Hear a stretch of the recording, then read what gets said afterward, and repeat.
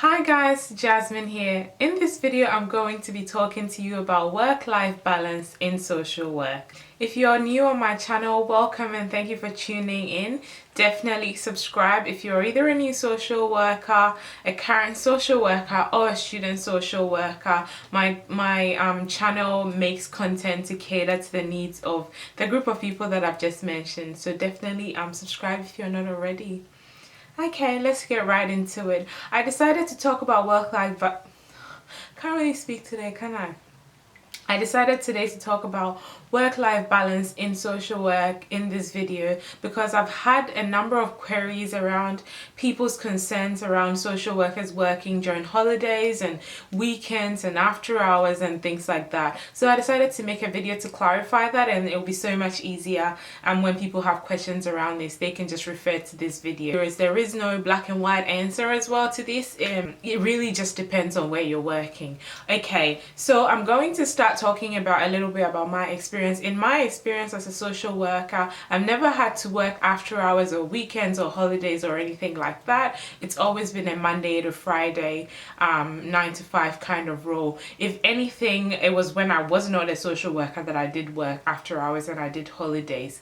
And saying that, there are roles that might require you to do some shift work and might require you to do some odd hours and things like that. So if you're someone who doesn't have the capacity to work after hours and things like that, then it's important to seek out jobs that are 9 to 5 Monday to Friday, and obviously that will probably cater to your needs a bit better. In trying to find work and trying to ensure that it balances out with your life, it's important to look for whether the work is Monday to Friday 9 to 5, whether there's any shift work that is required. So shift work just means like it could be the times are just different. You might do a shift on a Saturday, you might do a shift in the evening, you might do a shift on in the afternoon, whatever, but then it still adds up to 5 days. So you might have Monday and Tuesday off instead of a Saturday and Sunday. So these are all things that you can take into considerations. Other variations may come in when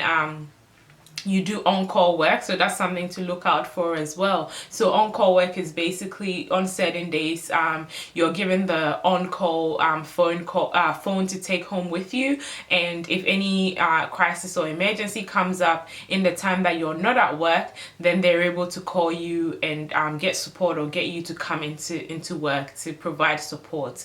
And this is not in every role. I guess in some hospital roles and case management roles this might come up, and obviously there is like an incentive. Usually you will get paid a little bit extra on days when you're on call, and that's regardless of whether you get called in for work or not. So this is something to look out for if you're someone who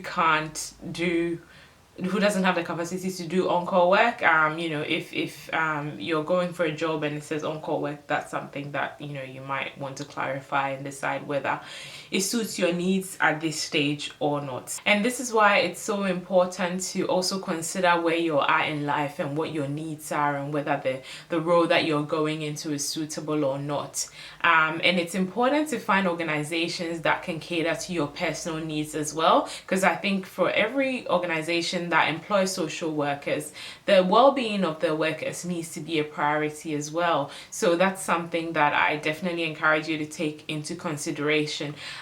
So for instance, for my workplace, it's a women's center, so it's all women that work there, and there is a lot of flexibility around, like having to leave work to go and do something and then return to work and have to do some extra hours some other day, some other time, especially for like people that are mothers and have babies, and they might get a call in the middle of the day saying your baby's unwell, you need to pick her up and go home or whatever.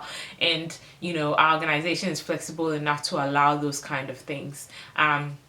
So if you're a mother that's seeking a social work role, that might be something to bring up in the interview, to try and find out if the organization that you're applying for caters to those kind of things. And it could be anything. You could have you could be a carer for someone who has a disability or a mental health illness, and that means, you know, you might need to be called and you might need to leave work at random hours and things like that. So you need to make sure that your organization is okay with that, and that's something that you can bring up in interviews and stuff like that to clarify.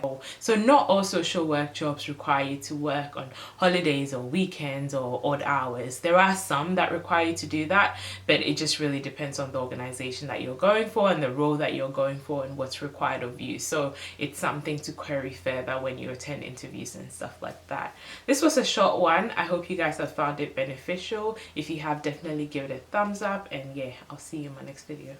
Bye.